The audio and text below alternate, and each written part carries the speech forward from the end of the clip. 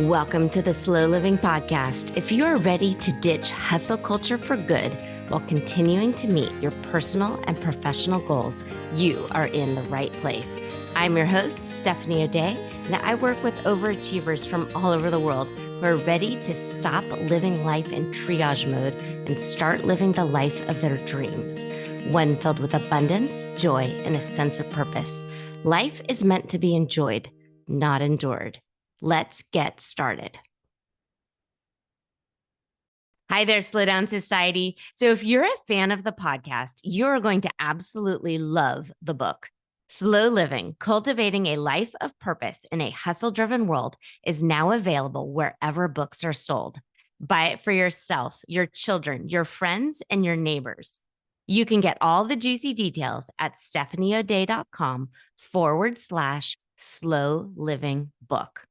Trust me, this is hands down the best $20 you'll ever spend. Hi there, Slow Down Society. Steph here, and I am so thrilled you are here. We are nearing the end of 2025, and this is the end of the coaching series with Melessa. This is part one of our last coaching call together, session 6. And so podcast number, this is number 221. And we're going to call this episode Slowly Productive, because I think as humans, we like to feel productive. We want to have value and have purpose in our days and in our lives. Looking back on it, we want to feel like we've accomplished things. We want to be productive, but we don't want to feel burnt out. We don't want to feel behind. We don't want to fall into hustle culture.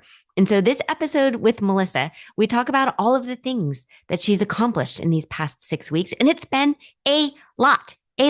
She has done so much, but she also has listened to her body and followed her gut and her intuition and done things in a sustainable way. She is absolutely following all of the slow living advice that she has learned throughout these years of working together. I'm so proud of her, and I know you will be too. So let's listen with fresh ears to Melessa's share in her own words how she has been slowly productive. All right, we're back with Melessa, and it is session 6, which technically, due to our agreement, means that we're done working together. And it's funny, Melessa, I was reading through your homework and I got emotional because I really like you. I really like you too. And I mean, I remember listening to the podcast years ago thinking we would be friends in real life. So, yeah, you've done a lot.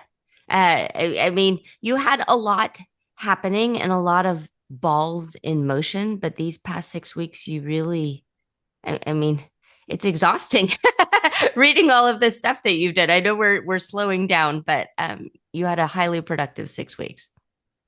well, I did. And you saw it wasn't perfect. There's still stuff to take to thrift stores and donation places in the old house. And we were going to be really good sports and power through it over the weekend. And it was record hot. And most of where we need to clear out is a converted attic space that my kids used as a playroom. And we made it till about 1 o'clock. And I was like, I'm sorry, I can't anymore. So we're going to take care of that over the evenings for the rest of this week when it's a little less hot up there. Yeah. Yeah, that's important. So I know you need to sell the old house, and you're saying that it's 20 minutes away, especially after a long day's work. It's not fun, and then in the peak heat of the day on a weekend is not fun. What needs to happen? Does it need to like get on the market by a certain date, or is there a deadline in place for that? Not an actual deadline. Obviously, we do need to sell it. 2 house payments isn't ideal. It's doable for the next few months. I just want to be done with it. So the deadlines are all self-imposed, really. Okay. And as far as closure, does it already feel like the old house? It definitely And, the kids have already come in and sorted through their things. And we've had a lot of really good, emotional turning points, and all that is done. And I think that that kind of adds into my, I'm just ready to walk away from it. And I think knowing that I've gotten all I can out of that whole experience makes me less excited, but also it was just really sweaty work up there. And I got tired of it and said, I'm not doing this anymore today, which is not like me, but I think it's good that I said, nope, done today. Yeah. No, I think it's great. I think paying attention to your body and honoring your boundaries is absolutely necessary. And there's a time and a place for pushing through uncomfortableness and doing things you don't want to do just for the sake of maybe later you want to be proud of yourself and say, "Oh, look at what I did." And then there's other times where it actually just kind of feels stupid and only you know the difference. Now, when there was not, I was using my shirt to wipe my sweaty face, and I don't like being sweaty, and it's a whole lot. And so, like the third time I had to find a dry part of my shirt, I was like, nope, this isn't fun anymore. I'm Yeah. not doing this. I'm too old, and I'm not too old for anything. But Yeah. Good. Good. You had written in your call notes that this past Saturday's peace course, something sort of clicked for you. um, and I don't know if people want names, so I won't share names. But we were all together, talking about clearing out a parent's home and how frustrating that was. And the parents are in their 70s, and some siblings are helpful and some siblings are not. And like I said, it's sweaty and not fun work, but I'm so glad we're doing it now. And my husband and I are taking on the bulk of the responsibility. We did have the kids come through because we didn't want to toss anything that was treasure to them. But we're still very capable of doing this on our own, especially now that we're down to the last closet of the last room. And I'm glad that they won't be doing this 20 years from now. That I was very grateful listening to Yeah. that last Saturday, that's we're doing something different. And they won't know to thank us for that 20 years from now, but I'll know that they should. Yeah. No, I thought the timing of that was really interesting. So for anyone listening, we had someone who is in the process right now with her siblings and her own children while her parents are alive, trying to go through and helping them declutter and downsize. And the example she used is, Dad, do you really need 7 ladders? And then they tried to explain all of the reasons why they needed 7 ladders, because this one does this and this one does that. But also, if you're in your late 70s, maybe you shouldn't be on a ladder at all. Um, and then someone else recommended reading, and I have read this book, and I don't know if I've said it on the podcast, but I've shared it. It's a Lisa Jewell book called The House We Grew Up In, and it's kind of she does thrillers and mysteries, but this one is more like a family dynamic, and it's about a hoarder house. And that's not to say that this woman's parents were hoarders, and it's certainly not to say Melissa is a hoarder. It's just the idea of it's uncomfortable to get rid of things and to feel like you're discarding memories. No, well, and my kid dynamic, as she was describing, her interactions with her brothers, I know which of my kids would be the, oh no, not that, and which of my kids would be the get rid of everything. And it's funny to picture, but I'm glad that in actuality they won't have to do that. I mean, there's this house, but we have decluttered and downsized significantly. And so and hopefully that'll be a ways off from now. It will be. And you'll be able to breathe and enjoy. And speaking of breathing and enjoying, I'm just going to fast forward because one thing that you want to continue to work on is uh your new normal and your definition of what balance looks like within this downsized home and the kids being off and work being um easier now that you know what you're doing and have your evenings back. And I still don't quite know what to do. Now, Tuesday nights, we have my daughter has a meeting with the youth organization that we're involved with. And my husband and I both sit on the board of advisors. So that meeting happens the second Tuesday of the month. So Tuesdays will still be busy, and I'm good with that. But in general, I come home from work and I fix dinner. And like I said in the questionnaire I sent back, yeah, okay, now what? Because I'm so used to having to run around. I'm so used to never having a minute. I'm still trying to figure out how to have a minute, and it shouldn't be this complicated. Yeah. When you do find yourself with unscheduled pockets of time, what do you enjoy doing? What, like, are you still like, I just want to nap or I just want to veg out on the couch? What usually happens? I enjoy Netflix a lot. So there's that. I enjoy there's a new spinoff from the Outlander series, What's that called? Blood of My Blood. Okay. And I loved the Outlander books. I so think good.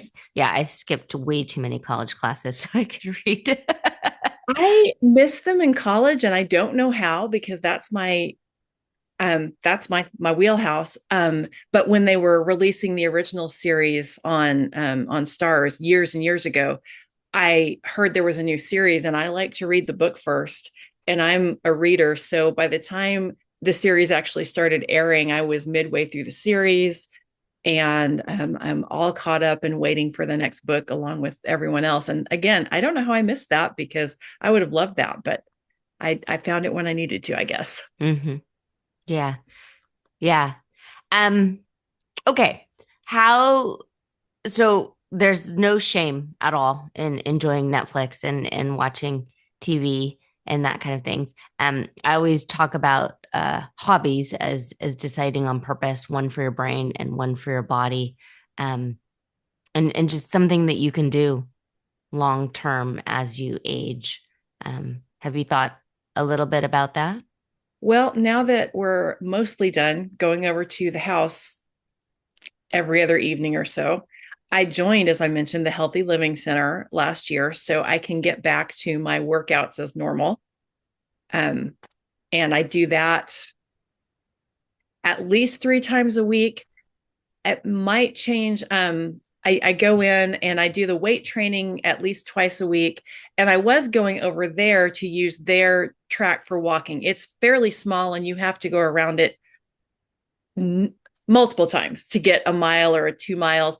And again, it's a healthy living center. A lot of seniors use it for rehab. So I've never seen anyone run around that track, and I would feel funny doing it, and also feel like I was a danger to myself and anyone trying to rehabilitate by walking around the track. So now that I'm in this neighborhood and not out in the country, and it's not a gated community, but it's a series of cul-de-sacs, so it's very self-contained and very well paved.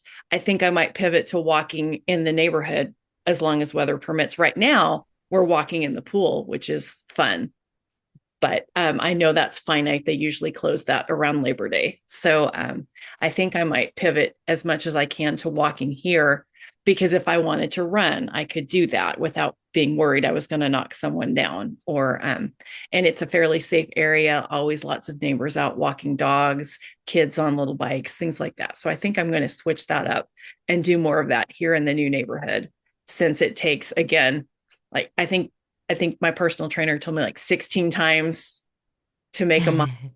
Okay. I think that's great. First off, kudos for 3 times a week at the at the gym. I think that's fantastic. That's wonderful. Um, and it's a lot. Uh, and that's just great. And I love that the new home is in a walkable neighborhood with sidewalks that feel safe, and that makes a perfect plan. And then as far as reading, I mean, some people think listening to audiobooks doesn't count as reading, but you can really listen and walk and lose track of time when you're interested in listening and finishing a really good book. And that feels great. And it has to go somewhere, because eliminating that 40-minute each way commute, has really cut in on my podcast schedule. I'm still figuring that one out. Good. Yeah, I think you'll enjoy it. Some people feel like they can't hear traffic or cars or ambient sounds if they have earbuds in while they're listening to a book or a podcast. I'm able to. So, um, but goof around and see what feels right for you. Well, and Also, I'm cool with just putting the phone in my sports bra and playing it out loud because who cares? Nobody's that close. the neighborhood again, pretty walkable, pretty self-contained, and so I'm less worried about that. I'll stick to the sidewalk. Good. So yeah, I'm in a good spot for it now. That's great. That's great. As we sort of wrap up working together, do you have any like anxieties or things we didn't cover that you're bummed about or worried about in the weeks to come? I mean, not really. I would have loved to have been completely done moving. I would have been like, oh, that's full closure, but I'm so close to done. And I've just been at it so long. Again, there's a storage closet in the attic room in the back. The light doesn't work in it anymore, which I think was also a source of frustration of being over there. And that's it. Once we get that closet pulled out and sorted through, and that we're done. Hmm. And but we're not quite there yet. And I quit before we were done last weekend, and it's okay. It was really hot. Yeah, it was really hot. Okay. In your mind, do you see that the house is kind of gone before the holiday season ramps Oh, up? absolutely.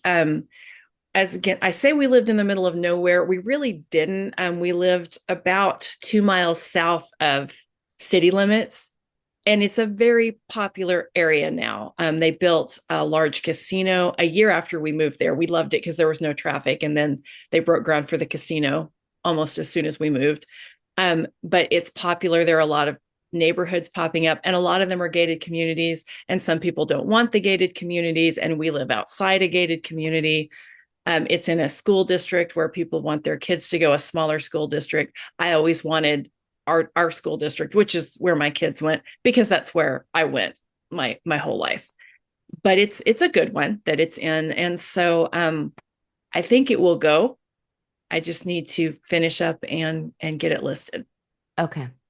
Okay. Great. All right. When you do think about like the end of this calendar year, and the holidays, are you excited to or like I mean you have such a glow and like perma smile on your face right now, which is so happy for me to see.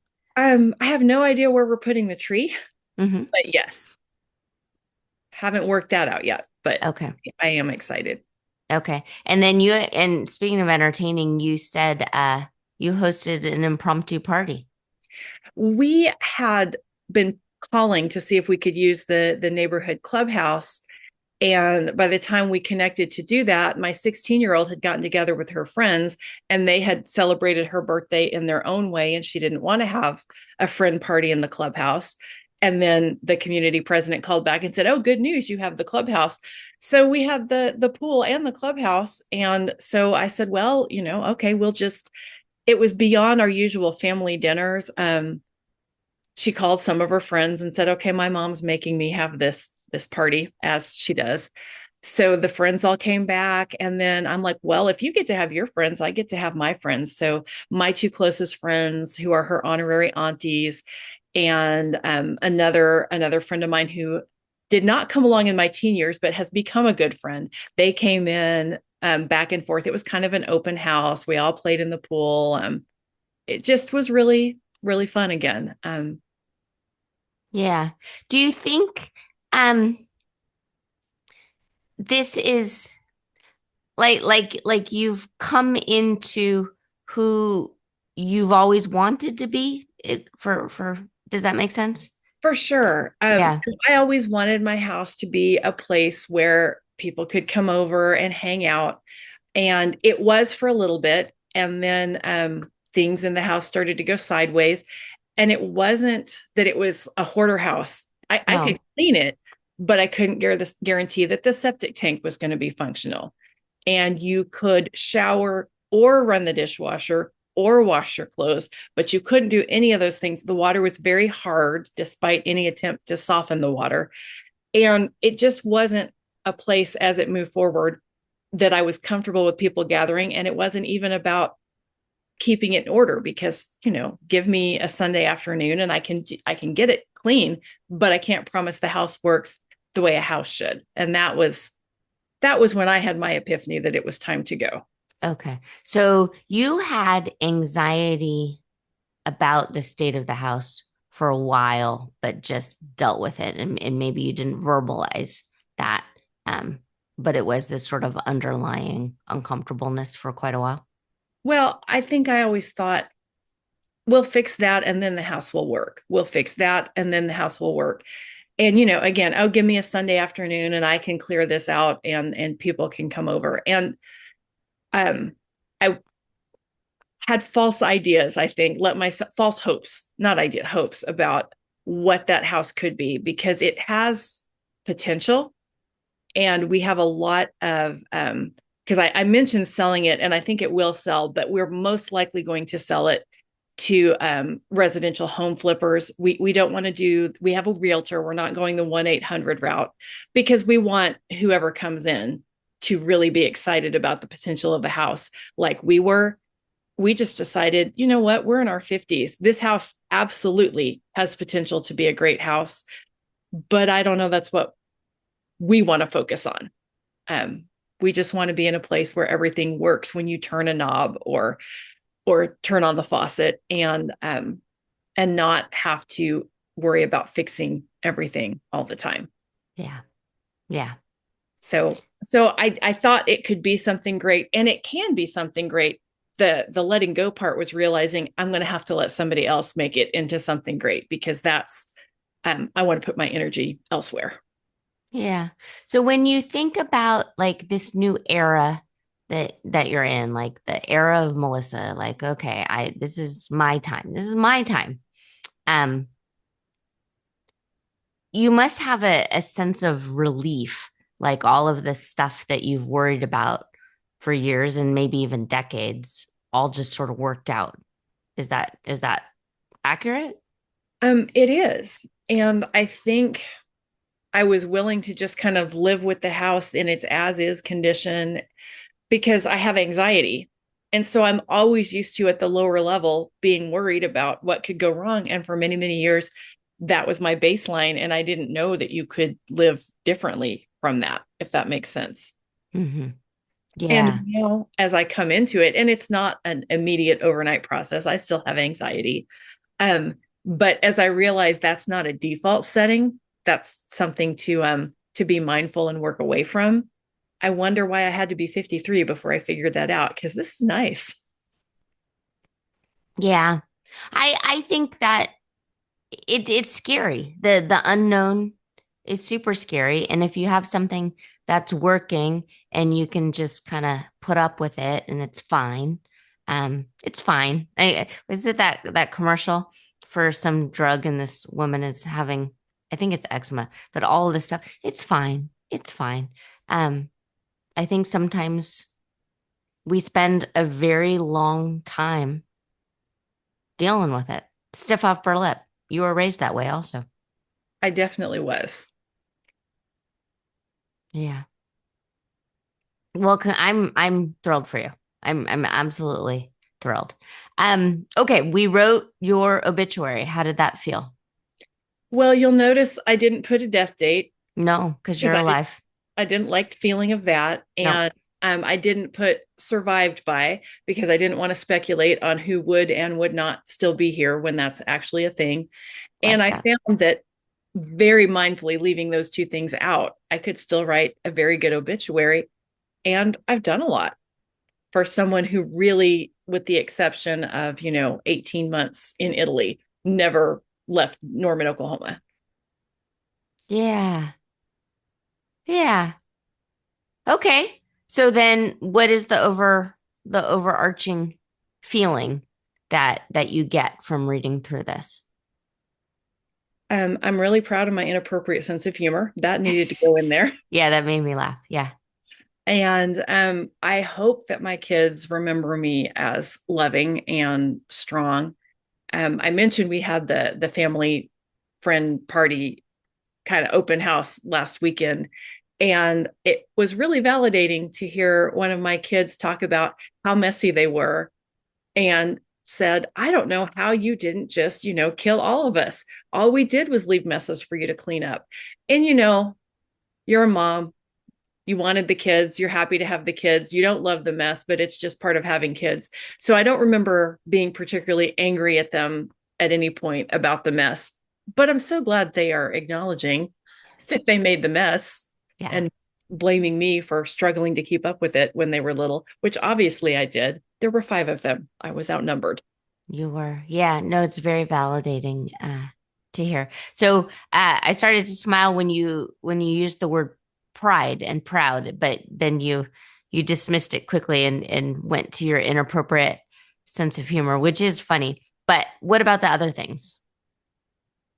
Do they make you proud? Oh, they do. I did grow up stiff upper lip, but also academics were highly encouraged.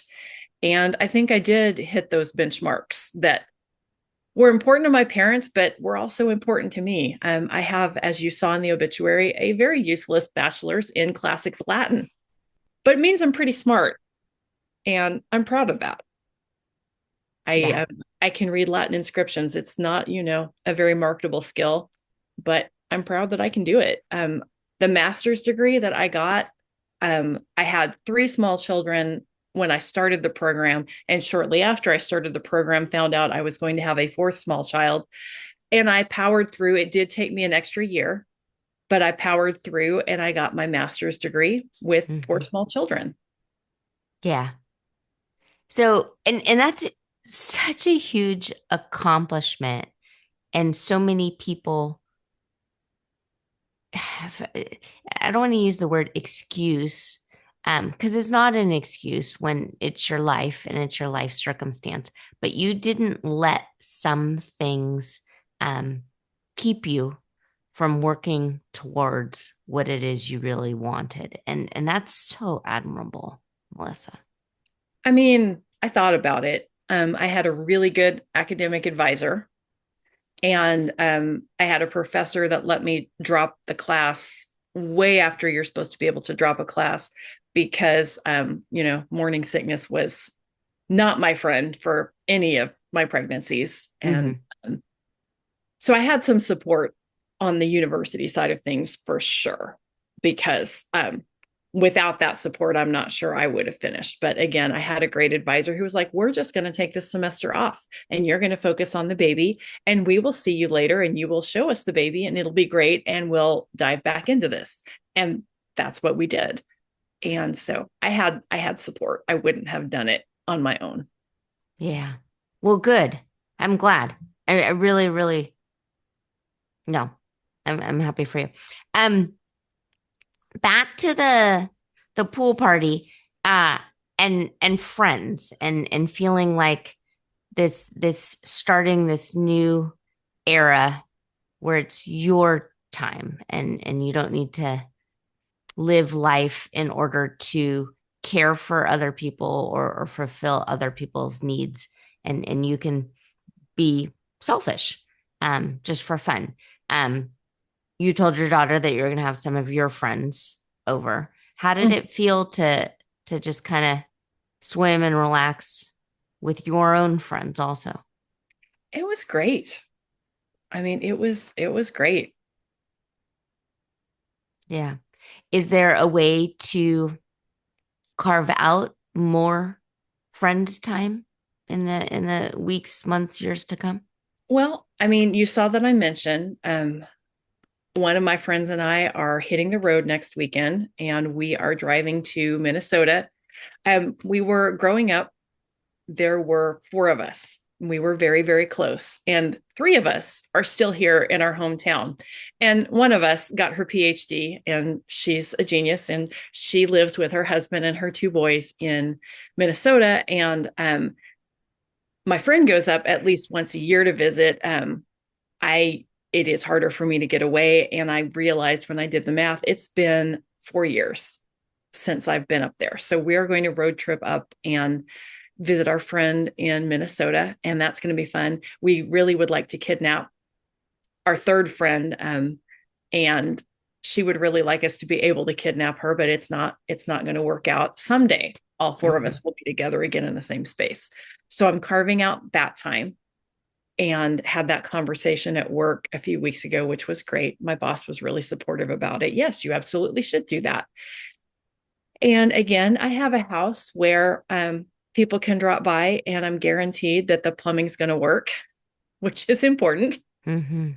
And so I'm not anxious when people drop by anymore. Is the house going to be okay? Because it's always okay enough that I'm not worried about it anymore. I mean, sometimes there are dishes in the sink or there's stuff on the counters, but I can deal with that. Yeah. Um, so, and I'm close now to a lot of them, much closer than I was in my other house. Good. So yeah, Good. point is the home is ready, and I live in a much more convenient spot for that. We're actually having I'm hosting Bunco with another friend of mine. We're co-hosting on Friday. We One of my friends said, "Hey, we're the age now we should get together and play Bunco once a month." And it really caught on with a lot of our friends. She jumped on Facebook and said, "Hey, I'm starting a Bunco group, and we're just going to do this." And so it's a very interesting mix of people I've known throughout my life and grown up with, and then people that are friends of friends. And I really enjoy it. We do that. We took July off because a lot of us were traveling. So this will be the first time since June that we've all been back together. But I really like this random group that we formed. It's fun. Good. I love that. And the more you socialize and continue to have people from all walks of life, the better. Okay, Slow Down Society, that is a wrap for today. Thank you for listening to Melessa share her story and how she has done a lot in these past 6 weeks and how she's looking forward to the future. I want to acknowledge that at the end of this call, we started talking about how she's going to have people over, she's going to have friends over, and she's excited to show off her new house. She already had a birthday party for her 16-year-old daughter, but now she's going to host Bunko night. And so some of you have written to me and have hopped on free coaching calls. And also, FYI, at any time, you can plop yourself on my calendar for a free coaching call. That's at stephanioday.com/mindset. And we'll do a mindset strategy coaching call. But you've said you are lonely and you don't have a group of friends. And so listening to Melessa talk about getting together for Bunko, maybe you feel a little wistful. And okay, just acknowledge that and know that you're not alone and that there are other people who also feel that way. Episode 51, I talked about adult friendships, making them, finding them, cultivating them. Look around in your own community and see where you can find some friends. But episode 51, I talk about that.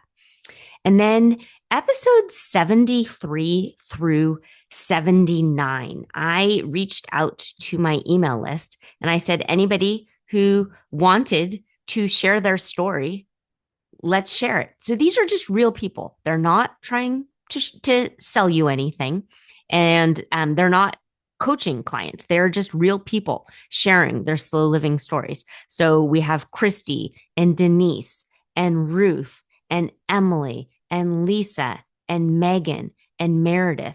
Listen to those and see what you can glean and garner from other people's life stories. And then another great episode to listen to is episode 180 with Jessica. And Jessica calls herself the autistic mom. And she also has written a memoir the same way Melissa is working on writing her family's life history in sort of a memoir type way. You might really enjoy listening to that episode 180. Okay, pretty people, as always, I think you're amazing and lovely and wonderful and kind. We are finishing 2025. If you want to start 2026 with a bang, download those new you worksheets, stephanioday.com/new you. And then think about joining Simple Shortcuts to Peace. I am here. We are all here with you. All of the participants in the course are just like how you hear Melissa and I banter back and forth, and how you heard Kelsey and I banter back and forth. And in a few weeks, you're going to meet Kelsey, and you will hear, excuse me, you will meet Shelly, and you will hear these are different people from all walks of life, but we all have a similar thread. We all want to be slightly a teeny tiny bit better, but we don't want to push ourselves. We don't want to hustle harder. We're already doing enough. And so you too can have that happen. That's at stephanieoday.com/peace. Okay, be back in your earbuds next week with the final episode of With Melissa. If you are ready to start living slowly and ditch the hustle mindset for good, reach out to me. I'm a real person, and you can track me down online at stephanieoday.com. Also, if you found value in this podcast, please share it with your family and friends and tag me on Instagram at Stephanie O'Day. While you're at it, go ahead and leave a positive review on your favorite podcast app. The more we share, the more people we can reach and share the slow down lifestyle and messaging.